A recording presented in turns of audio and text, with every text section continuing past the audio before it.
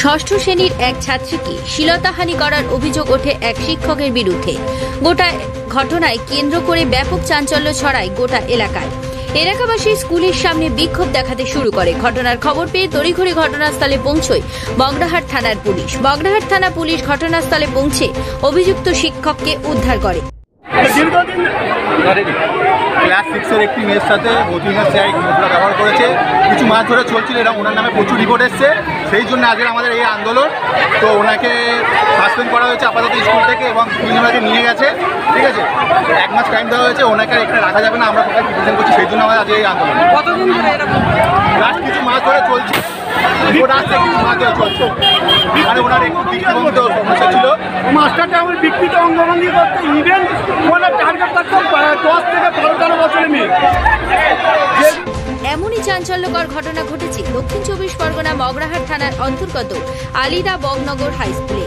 স্থানীয় সূত্রে জানা যায়, স্কুলেরই এক ছাত্রীকে স্কুলেরই এক ভৌতবিজ্ঞানের শিক্ষক শ্লীলতাহানি করছে বলে গ্রামবাসীদের অভিযোগ। এরপর গ্রামবাসীরা মগরাহাট থানাতে একটি লিখিত অভিযোগ দায়ের করে। এরপর অভিযুক্ত শিক্ষকের গ্রেপ্তারের দাবিতে স্কুলের সামনে বিক্ষোভ দেখায় এলাকাবাসীরা। স্কুলের গেটের সামনে কয়েকশো গ্রামবাসীরা জমায়েত করে বিক্ষোভ দেখাতে থাকে। এমনকি স্কুলের মধ্যে বহু গ্রামবাসীরা ঢুকে যায়। এই খবরকে তড়িঘড়ি ঘটনাস্থলে বগরাহাট থানার পুলিশ পৌঁছে অভিযুক্ত শিক্ষককে উদ্ধার করে।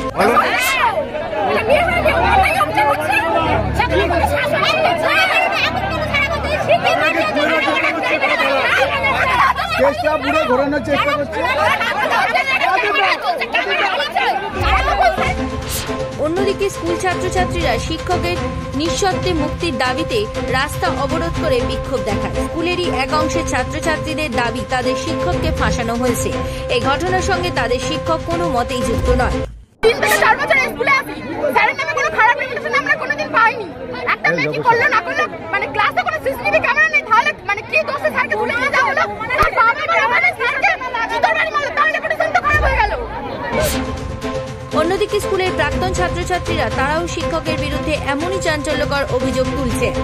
এলাকাবাসীদের দাবি, বেশ কয়েক মাস ধরে এই ঘটনা ঘটছে।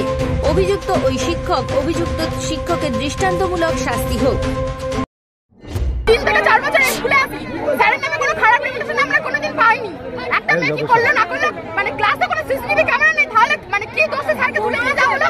তার বাবা আমাদের স্যারকে জুতোর বাড়ি মারলো, তার রেপুটেশন তো খারাপ হয়ে গেল। স্যার কি ঠিক না?